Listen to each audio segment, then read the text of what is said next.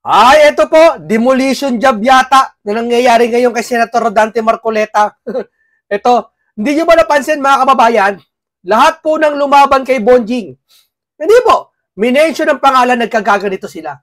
Di ba? Simulan nyo kay Escudero. Nung si Escudero na init na nagsalita siya, naalala nyo sa Senate, nagsalita siya na si Romualdez, parang tinitira niya, nagkaganito na siya. Oh, ngayon, yung pinangalanan siya nung yung pangatlong hearing na si Senator Rodante Marcoleta pa ang Blue Ribbon chairman, di ba nagsalita Diskaya? Iniisa-isa natin ha, hindi mo yung pangyayari ha. Eto, chore na naman ng iba to. Ano, chismis na naman to. Di ba? Eto, nagsalita si Rodante Marcoleta tungkol dun sa Blue Ribbon niya, napaamin yung Diskaya. Ano nangyari? Pinalitan yung liderato. Tapos, after hearing, nasa house na, lumitaw ang pangalan ni Jinggoy sa ni Joel. Tama?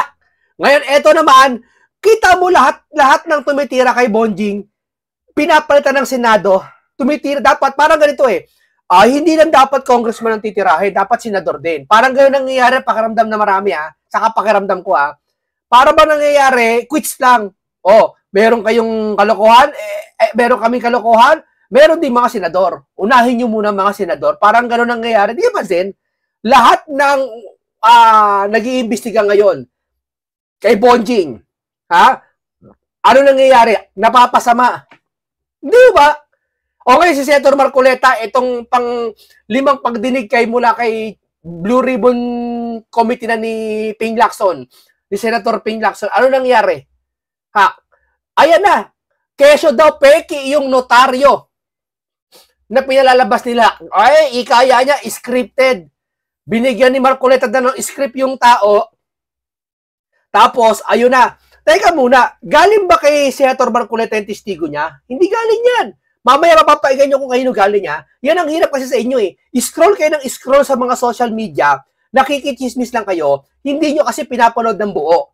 Yung nakapanood ng buo, hindi lang actually buo yung pangyayari. Dapat kahapon, yung first na hearing, second hearing, third hearing, fourth hearing, dapat napanood nyo lahat yun Para alam nyo kwento. Walang pinagkaiba yun sa palabas na Spider-Man. Halimbawa, ang napanood mo sa Spider-Man, kalahati na lang. Nagsasabit-sabit siya sa mga building yung Spider-Man. Ngayon, umahatol ka. Ano ba yan? Bakit ganyan kapangyarihan yan? Bakit ganyan? Bakit parang sumasapot-sapot? Hindi mo kasi alam, yung unang Spider-Man, kinagat siya ng gagamba. Hindi mo napanood yun. Halimbawa lang Kaya anong nangyayari, nagtataka ka, bakit may sapot si Spider-Man? Asang galing yun? Kasi nakinood ka na lang. Dapat kung manonood kayo, buo, para alam nyo kung chichismis kayo. Di ho ba? Mali-mali, fake news, fake daw yung notaryo.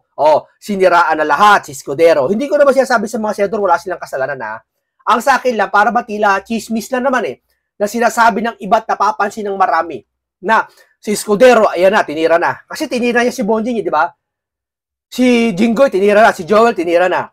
Tapos si Marcoleta, pagkakamala, 1 billion daw yung kinurakot, binigyan ng Diskaya, peki daw yung notaryo, etc.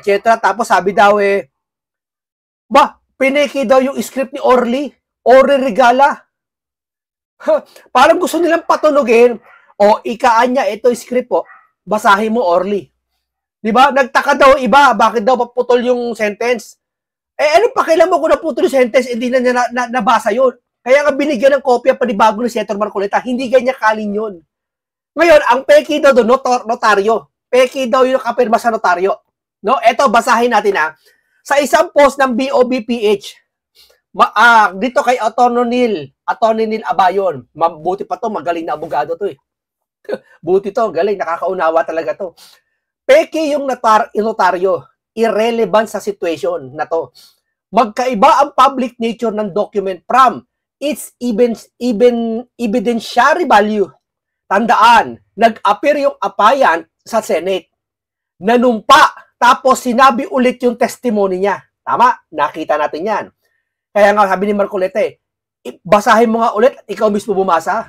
Naging fair si Senator Rodante Marcoleta doon kasi pinabasa pa mismo ni Senator Rodante Marcoleta doon mismo kay Orly. Kasi kung siya babasa, tulad ng ginagawa ng ibang senador dyan, binabasa yung testimony, ba't di nyo pwede dahan yun? Si Marcoleta, si Senator Marcoleta, pinabasa mismo doon sa nagsulat ng gumawa ng statement na yon. Tapos, sinabi ulit yung testimony niya orally during the hearing. Therefore, his testimony now forms part of the records. That's a big misconception na notarization is essential for validity for a testimony or para magka-evidentiary value ito. One of the main purposes of notarized document is turn a private document into a public one para magka-presumption of regularity siya. Ito ba? Nevertheless, pag magkakaproblema sa notaryo, may ibang paraan pa naman to prove na genuine yung testimony ng isang witness. Alin yon? Isa doon is yung nangyari dito, pag-appear sa hearing, pagsumpa at salaysay niya sa hearing mismo. Nangyari, hindi. Nangyari. Nanumpa, hindi. Nanumpa. Narinig na lahat, hindi. Narinig. Bakit nyo inaano yung notaryo? Wala kasi kayong alam. Di ba? Banat kayo ng banat. Mas maganda, di ba, muna tanungin niya si Romualdez, paharapin niya sa Senate, doon niya idepensa ang sarili niya. Hindi yung mga aso niya, ang kahol ng kahol at dumidepensa sa kanya. Di ba? Dapat ganon. Wala namang masama, hindi pa naman siya pagbibintangan ngayon, napangalanan siya. Depensa niya yon sa pamamagitan ng mga patotoo. Diyan sa Forbes Park, may CCTV naman dyan. Ha? Bakit nagtataka tayo? Bakit hindi halungkatin yung bahay niya i-search warrant pati kay Saldi? May makuha dun mga bolt, sabi niya ni Ted Pailon sa kanyang programa, na may makukuha dun mga bolt o anuman mga nasa kwarto search warrant. Bakit di nyo ginaganyan? Pero pag iba nagkasala, pag mga Duterte team, agad kayo kinabukasan nandyan na. Bakit gano'n? Para ang bagal yata ng kaso pagdating sa kakampi nyo. Akala ko ba, Senator Ping, walang sinisino-sino? Bakit parang pakaramdam namin may sinisino? Akala ko ba, Senator Soto, para bang sinasabi mo, tell all, hindi tell half? Bakit parang nangyayari ngayon, parang masahol pa sa tell all, tell half ang nangyayari ngayon? Di ba? Ba't di nyo sawayin? Di ba si Senator Ping Lacson ang chairman ng komite ng Blue Ribbon? Tapos sasabihan nyo na may isang, hindi ba dumaan yung ebidensya ni Marcoleta sa inyo bilang chairman? O palagay natin, peki si Senator Marcoleta. Ba't pinayagan nyo sa Blue Ribbon? Dapat sinuri nyo rin. Ano? Magpapapasok na lang kayo ng mga peki dyan? Kung peki si Senator Marcoleta. Totoo yun eh. Ba't naman pipiki yun? Anong benepisyo ni Senator Marcoleta doon? Kayo naman talaga. Para idiin lang si Romualdez? Hindi. Yun ang sinasabi. Para mapapanood nyo rito, sinasabi na Toby Chanko, ang dahil pa mga sasabi, yan siya tinuturo ng pagkakataon. Hindi naman mga pagbibintangan eh. Hindi niya matanong yung mamang yan si Bonjing eh. Hindi ba? Ito, panoorin natin si Senator Marcoleta, magbibigay tayo ng reaction video sa mapapanood natin at magbibigay tayo ng mga komentary, mga pagpula sa kanila, sa mga kanilang ginagawa. Na pagsabi, pag mali, banatan. Pag tama, purihin, palakpakan. No? Ito, breaking news natin sa inyo ngayon. By making a disclosure. Kahapon po, mga pasado po, 2:00 ng hapon. Tumawag po sa akin si former Congressman Mike Defensor. Tinanong ko po kung ano ang kailangan niya. Meron daw pong isang tao na matagal na po niya kung gustong kausapin para sa isang paglalahad ng kanyang nalalaman tungkol po sa ating iniimbestiga sa committee ito. Sabi ko, madali ba yan kasi meron kaming session, mag-uumpisa yun ng 3:00. Sandali lang ito, sabi niya, kasi nandito lang naman kami rito sa may Golden China. Ito pong restaurant malapit sa atin. Mga 5 minuto lang po siguro mararating natin.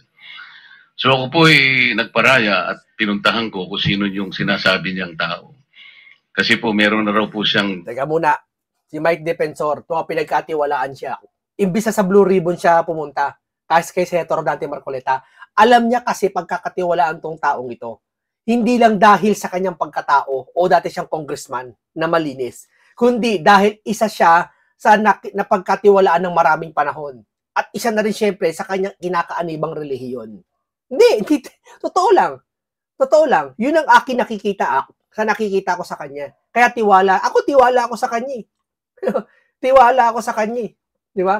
Dahil sa una-una, makikita mo sa pananalita, makikita mo sa kilos, sa kanyang ginagawa. Di ba? Draft na salaysay na kung gusto ko raw pong makita. So, Mr. Chair, kayo po, sensya na kayo, naputula. Kayo galing yung testimonya kay Marcoleta ba? Eto, panoorin nyo. Nagpaunlak para makita kung talagang meron nga ganung tao at meron nga siyang gustong isalaysay. Nakita ko po yung tao at pinabasa niya po sa akin yung isang salaysay na nakaporma na po. Binasa ko po. No.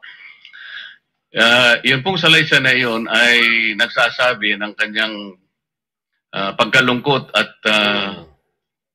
siguro pagkabahala, sabi niya, na bakit nangyayari sa ating bansa ito. At nalulungkot siya, Mr. Chair, sapagkat meron siyang partisipasyon doon eh. At nung nakita ko ang kabuuan ng kanyang salaysay, okay, meron po siyang personal na kaalaman para i-connecta si Representative Saldico kay former Speaker Martin Romualdez. Okay, sandali. May kaalaman siya, may kakayahan siya para i-connect si Martin Romualdez at si Saldico. Buti pa yung may defensor at yung ni Marcoleta na i-connect nila. Hindi naman nila pilit na kinokonek. Kaya mali yung sinabi ni Bonji na pilit na pilit. Nagkakamali po kayo dyan. No? Question nyo to sila may defensor. Dapat, kung talagang ikaw dumidepensa, huwag ka sa social media magpo-post. Humarap ka dito, Bonjing. Humarap ka dito, papaliwanagan mo itong mga to, si Senator Dante Marcoleta, para mag-isa ka naman kahit paano. May bawang sibuyas pa with kamatis. Di ba? Hindi yung uupo ka lang dyan, magpo-post ka sa social media, anya, hindi ako nagnakaw ng kaban ng bayan. Madaling sabihin yan. Tandaan mo. Di ba? Kaya patunayan mo, humarap ka dyan. Makipag-debate ka kung gusto mo. Ha? Tsaka naman sa'yo, hindi ka magiging speaker, house speaker kung ikaw ay hindi marunong makipagtalastasan. Lalo sa katwiran. Di ba? O, dahil tumarap ka. At yung isa pauwiin mula doon sa Spain. O sa Dubai yata yun, nagpunta yun. Ha? Pauwiin at interviewin dyan naman. O, yun lang hinihiling naman eh. Saka kayo magkukuda dyan. Yung mga nagpapakaaso dyan, saka magkukuda-kuda. Ikaay niya, si Marcoleta, inedit yung statement ni lagi na lang. Kay Diskaya, binabayaran. Ngayon, inedit naman ng statement. Ang hihina na agrumento nyo. Ang hihina ng mga niya, paliwanag nyo. Oo, totoo lang. Hangilig nyo kasi manood ng mga pelikula na mga ganyan. Kapapanood nyo ng pelikula yan. Mabuti pa yung mga nanonood ng anime eh. Matatalino eh. Mga Detective Conan, mga ganyan. Tumatalino yung kabataan hanggang sa paglaki. Pero yung mga 90s hanggang ngayon nanonood pa rin ng pelikula, nagpapaniwala kasi kayo sa mga sitwasyon na kinikreate ng sarili nyong kaisipan. Di ba? O, tuloy. Tamo, nagtiwala sa kanya yung tao. Ba't kisa Blue Ribbon di nagtiwala to? Sige nga. Sabi ko, hindi ako pwedeng magtagal. Nabasa ko na ito. Hahabol ako sa aming session alas 3. Okay. Pero kung talagang ikaw ay voluntaryo mong gustong gawin yan sang-ayon sa iyong nilalahad dito, sige, i-finalize mo yan. At gusto ko, ipanotaryo mo sapagkat hindi po pwedeng hindi notaryado yan. At kung buo ang loob mo at talagang yan ay matagal mo nang iniisip, pumunta ka ako bukas ng umaga sapagkat meron kaming pagdinig. Yun na nga lang eh. Peki daw yung notaryo. Huwag na lang notaryo eh. Ito na lang pagsasalita dito niya sa Senate eh. Nagtapat siya eh.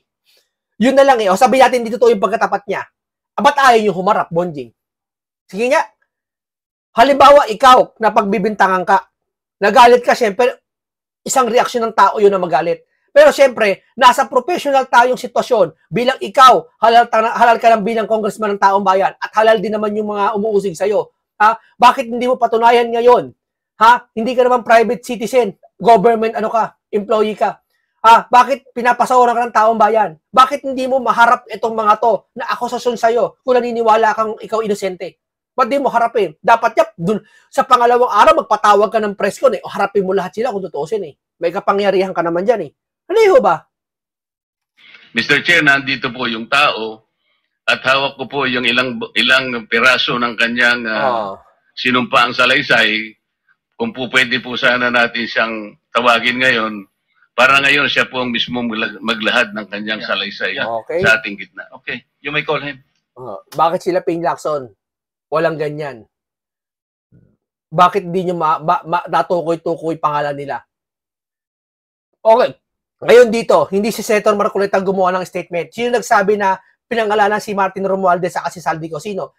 Ayan, si Orly. Ba't ayaw nyo magharap-harap dyan? Si Orly. Itong si Orly Regala, Martin Romualdez, si Saldico. Ba't ayaw nyo magharap-harap po dyan? Kayo tatlo. Kasama si Senator Dante Marcoleta, kaharap si Senator Ping Lacson. Ba't ayaw nyo magharap-harap dyan? Tawagin pa si Escudero, si Chis Escudero. Di ba? Walang masama. Mag-usap-usap. Ganito, ano ba?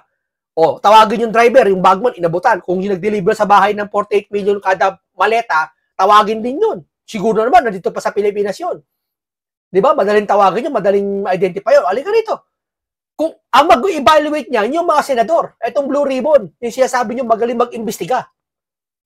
Pinagmamalaki nyo magaling mag-imbestiga, di ba? Bakit hindi nyo na-imbestigahan yan? Dapat, alam niya yan. Pinagmamalaki yan ni Soto na magaling investigador yan. Dapat may kakayahan siya pagharap-harapin yan. Yung simpleng barangay tanod niya yung barangay nasa barangay ka Yung lupon na pag-aharap-harap yung mag-aaway Ito pa kayang senador hindi magawa? Napaka-imposible po. Magtataka lang kami. Kaya napapatanong kami sa sarili namin. Sino ba talaga ang namumroteksyon? Si Senator Marcoleta o kayo?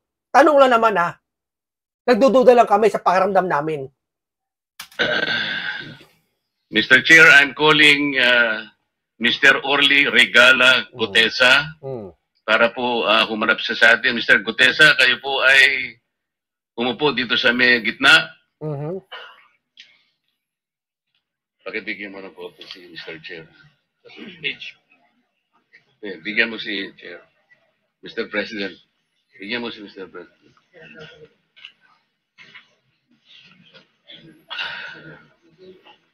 Manatili ka muna nakatayo kasi nunumpa ka. May panunumpa pa yan. Tapos sabihin nyo, buwabasin lang kayo sa peki notaryo. Hindi pa nga sigurado yon. Hintayin nyo second hearing ng Blue Ribbon nyo. Ay na hearing yata. Ipapaliwanag yung pinagpapakalat yung fake news. Raise your right hand. Yeah. Do you swear or affirm to tell the truth, the whole truth, and nothing but the truth in this proceeding? Salamat. Take your seat, please. You may proceed. You may continue. Salamat po, Mr. Chair. Mr. Gutesa, kanina nga ako'y nagpapaliwanag para ipakilala kita. Narinig mo yung aking sinabi? Yes, Your Pwede Honor. mo bang i-confirm na kung ano yung sinabi ko ay yung nangyari kahapon? I confirm, Your Honor. I-confirm na. Kung ano man nangyari agahapon, hindi niya matatanggihan. Nag-confirm siya dyan. Pag ito bumaliktad, isa lang ibig sabihin nito, hindi sinungaling si Senator Marcoleta. Siya ang sinungaling. Salamat po. At ngayon po ay hawak ko nga ang Kung sakali lang yun ano lang yun, sorry lang natin yun yung sinumpaang salaysay na nung draft ito ay binasa ko, ganun din nga po at wala namang pagbabago. At gusto ko lamang pong sabihin ninyo na mayroong pirma sa ibabaw ng pangalang Orly Regala Gutesa. Kayo po ba ang nagpirma nito? I confirm, Your Honor. At gaya po ng sinabi nyo sa akin kahapon, voluntaryo ninyong ginawa ito at wala namang namilit sa inyo. At katotohanan yan, ako nga po ay ininyayaan nyo para makita ko yung inyong salaysay. Sa mga sa mga nagsasabing si Marcoleta gumawa ng script. Ayan, umuoo yung hindi kausapin nyo si Orly, pati yung nag-akay sa kanya dyan kung sino. Di ba? Alinaw-linaw Yan ang hirap, sabi ko sa kanina. Hindi kasi kayo nanonood ng buo. Pinanonood nyo yung kalahati lang ng gusto nyo maringgan. Kung ano lang gusto nyo marinig na balita, yun lang pinapainggan nyo. Pero yung buo, pakinggan nyo. Mahilig kasi kayo manood ng mga splice video sa mga nag-upload Kung ano yung makita mo, ito na yun. Paniniwala mo, i-repost niya. Paniniwalaan niya. Pero yung buo, buti na lang, dito kami mga vlogger na nagbibigay reaction sa mga ganitong video at nagpapaliwanag sa mga ganito at nagtuturo sa inyo na mapaliwanag yung mga ganitong video sa mga hindi nakakaintindi. Ewan ko ba, hindi naman kayo bulag, hindi naman kayo pipe, hindi naman kayo bingi para hindi makaintindi. Yes, Your Honor.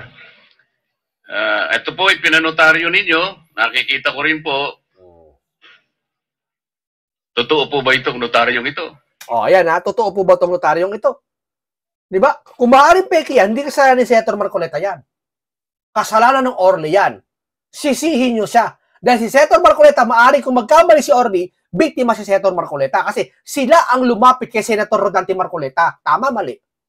Hindi naman si Senator Marcoleta nagpupumilit eh. Sige, ali kayo, baging testigo kayo. Ayon, pangit yun. Eh hindi, nananahimik si Marcoleta, tinawagan. Alika, ito, meron ditong tayo sa sambulat. O, dapat sinusuportahan niya ng Blue Ribbon yan eh. Ay hindi, may naririnig ka pa eh, kakaiba eh.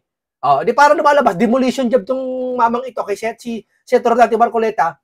Gusto nilang pilit nilang pababagsakin. Di ba? Pinabagsak na si Jinggoy. Wala nang tiwala yung tao. Kay Joel, wala na. Lahat na lang eh. Si Erwin, hindi pinababagsak eh. O, actually, babagsak siya kasi sa CIS eh, kay Eric Yap eh. Sabi, lahat na lang eh. Hindi ho ba? Pag against ka kay Bonjing, ganito mangyayari sa'yo. Yan ang tsorya namin ha. Tsorya lang namin yan. Mapapansin mo, hindi to coincidence. Mula nang nahayag itong si Martin, doon sa unang hearing nila, third hearing kay Diskaya, nagpalit ka agad ng liderato. Tama? Pinalitan ka agad si Cheese. Tama? Tapos, pagdating sa house, ayan na, nagbanggit na kay Jinggoy, pati kay Joel. Lahat na, tinira senador. Tinira lahat.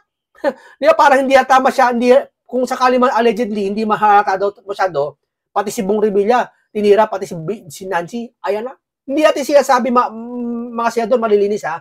Tayo lang, nakakapagtaka lang, bakit coincidence lahat na nangyayari? Sa tuwing binabanggit ang pangalan ni Bonjing, ayan na nangyayari.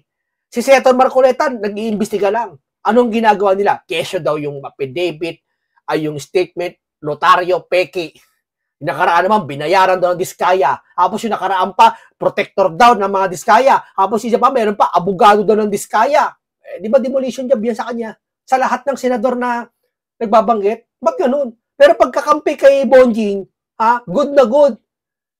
Di ba? Nakapagtataka lang naman. Totoo po, Your Honor. Okay. Ngayon, kayo na po ang magbasa para sa ganun ay marinig po ng buong kapulungan. Pwede po niyong basahin ang inyong salaysay. Maraming salamat, Your Honor. Mr. Chair, can he proceed?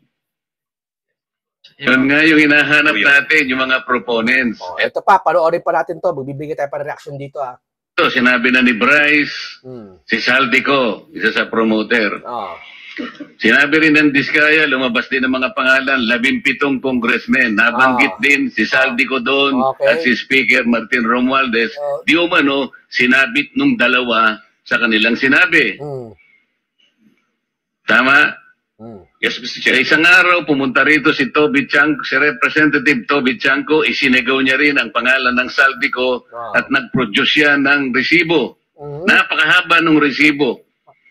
Dalawang probinsya lang, makikita mo yung pangalan ni Saldico, halos pangalan niyang nakalagay doon na proponent, 13.8 billion pesos. Napanood natin yan. Magtataka ka dito, yung kanyang kumpanya na SunWest, wala man lang dito para umpisahan nating tanungin. Tataka kayo, di ba? Si Senator Rodante Marcoleta lang ang nakakapagpahayag ng ganyan na yan. Dapat inaasahan namin ang mga tulpo ang unang magaganyan. Bakit parang tahimik kaya ata ngayon? Tahimik kayo, Senator Rapi Tulpo, saka Erwin Tulpo. Hindi naman namin kayo sinisisi para kayo pangasiwaan nyo yan. Nasanay lang kami talaga, kapag may mga ganitong problema at hindi na masolve ng kung sino, alam namin kayo magaling mag-solve dito. Pero bakit nasaan na kayo ngayon?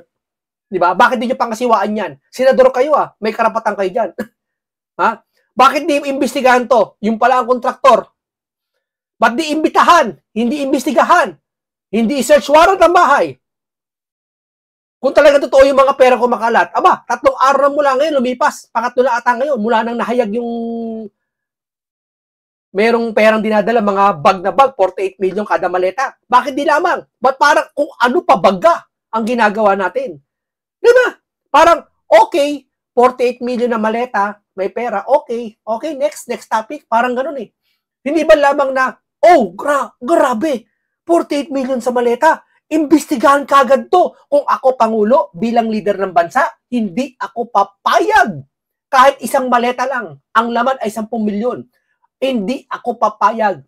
Ako mismo mag-i-initiate. Sasabihin ko, imbestigahan nyo rin yan. Ngayon din, i-search warrant yan, ipasa kagad ng korte, no? Sa korte, kung iba, kung sa korte ba o ano, kinabukasan may search warrant na, ba't parang ngayon wala? Bakit kung ano pa baga ang nangyayaring issue ngayon? Yan ha, tinatanong na naman natin yan. Di ba kayo nagtataka kung bakit gano'n? Oh. Di ko sinasabi na hindi natin tanongin kung sino-sino. Meron dyan na, anong pangalan mo, Sims ka ba? Oh, buti pa si Dante Marcoleta. Merong Diskaya, merong kung sino-sino. Pero yung pinaka-promotor, yung SunWest, na binabanggit ng lahat na,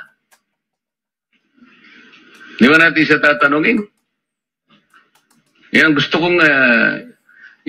kong bigyan ng diin dito. Tuloy ng pagdinig ng Senado sa Yun ang gusto ni Senator Dante Marcoleta, bigyan ng diin. Binangalanan ni Chobichanco, pinangalanan ng Diskaya, tapos pinangalanan pa doon ngayon ng Orly. Di ba? Hindi ba obvious yun? Hindi para pagbintangan sila, ha? Wala yun. Hindi ba obvious yun na dapat, hindi pa ba sapat din yun para sila ay imbitahan dyan? Nino, nung Blue Ribbon Chairman mismo. Sino? Si Ping Lacson. Bakit yata banggit ang pangalan mula na naupo kayo bilang Blue Ribbon? Magaling na investigador yan, ha? Sabi ni Soto. Bakit di namin narinig sa'yo na sige, ipatawag yan si Bonjing, ipatawag yan si Dracula. Ba't di namin naririnig? Nagtataka lang kami, kasama siguro si Senator Dante Marcoleta, sabi niya, nakapagtataka lang. Di ba? Kaya gising, hindi para pagbintangan sila, para tanungin, pagpaliwanagin sila. Napakahirap ba intindihin nyo tayo pa ulit-ulit dito? mga anomalya sa flood control projects, inamin ni dating DPWH Undersecretary Roberto Bernardo na hindi siya naging tapat sa pagtupad ng tungkulin sa pamahalaan. Ako po ay umaamin sa aking maling nagawa. Puno ng pagsisisi na ako po ay humihingi ng kapatawaran sa Diyos, sa ating bansa at mga kababayan, gayon din sa aking pamilya, mga kaibigan at sa lahat ng aking binigo. Sa kanyang affidavit, idinawit ni Bernardo si Ako Bicol Representative Zaldico na dati ring House Appropriate. Ang dami siya sabi sa kanya, yambab, kinuntsaba natin si Senator Marcoleta. Come on. Kayo naman. Senator Ping, Senator Soto, ba't din nyo naman banggitin yan? Kayo, ikaw SP, siya Blue Ribbon Chairman eh. Bakit nyo naman, anong petsa na sir? September na, October na, next day. Magpapasko na, sir. Sige nga. Ngayon, kayo mga nanonood dyan, nagmamagaling na vlogger. Sige nga, bago kayo magmalaki sa amin, tawagin nyo muna itong mga ito pagpaliwanagin. Pag nakapagpaliwanag at napatunayan na mali, si Marcoleta tirahin natin. Ganoon lang kasimple yun, di ba? Committee Chairman. Inulit niya ang naunang kwento ni dating DPWH official Henry Alcantara na 25% daw ang komisyon ni Ko sa mga proyektong ipinapababa niya. Tamo, isa sinasabi. Pati Diskaya, sinasabi rin yun. May insertion pa, USB. May USB si Chanco. Ay, nako. Hindi man lang na ako Blue Ribbon Chairman, ha? At ako presidente ng Pilipinas, ha? May insertion. Sige, mismo presidente, magkukusa na. Wala eh. Andun. Nagtatanaw sa Bagyo. Ano mangyayari sa Bagyo sa atin? Natatakot kasi baka bumaha na naman eh. Sisino naman siya eh. Pero yung rally, hindi siya sasalita. Hindi siya narinig. Sa gitna ng kaguluhan, kasigawan, tahimik siya. Sa gitna ng ingay na mamamayan, tahimik siya. Nagsalita pa yung palengkero ng Malacanang. Sablay-sablay pa sinasabi. Alam ko ikaan niya. Yung mga kaguluhan niya, wala ibang gagawa. Yung gusto umagaw sa posisyon ng presidente, sino ba yun? Sabi. Huwag nga tayo, di ba? Salamat ng marami sa inyo. Isang mapagpalang umaga. Binigyan natin ng isang reaction video to. Salamat ng napakarami sa inyo.